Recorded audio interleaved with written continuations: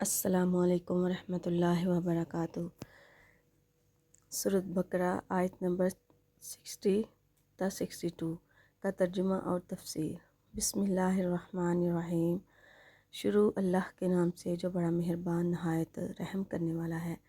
وَإِذِ اسْتَسْقَىٰ، اور جب پانی طلب کیا موسیٰ علیہ السلام نے لِقَوْمِهِ اپنی قوم کے لیے، فَقُلْنَا، پس ہم نے کہا، یعنی کہ جب موسیٰ علیہ السلام نے اپنی قوم کے لیے پانی مانگا اللہ تبارک و تعالیٰ سے، تو اللہ تبارک و تعالیٰ فرماتے ہیں کہ آگے ہم نے کیا کہا ان سے۔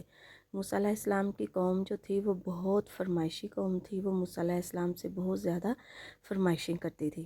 تو اللہ تبارک و تعالیٰ فرماتے ہیں کہ فَقُلْنَا، پس ہم نے کہا، اضرب، مار، بعصاک، اپنا عصا، حجر، پتھر پر، فانفجرت، پس پھوٹ پڑے، منہ، اس سے، یعنی کہ اپنی لاٹھی جو آپ کے ہاتھ میں ہے اس کو مارو تم پتھر کے اوپر، تو اس کے اندر سے بہہ پڑیں گے چشمے، جتنے تمہارے قافلے کے اندر گروہ ہیں ان سب کے لیے ایک ایک چشمہ بہہ پڑے گا۔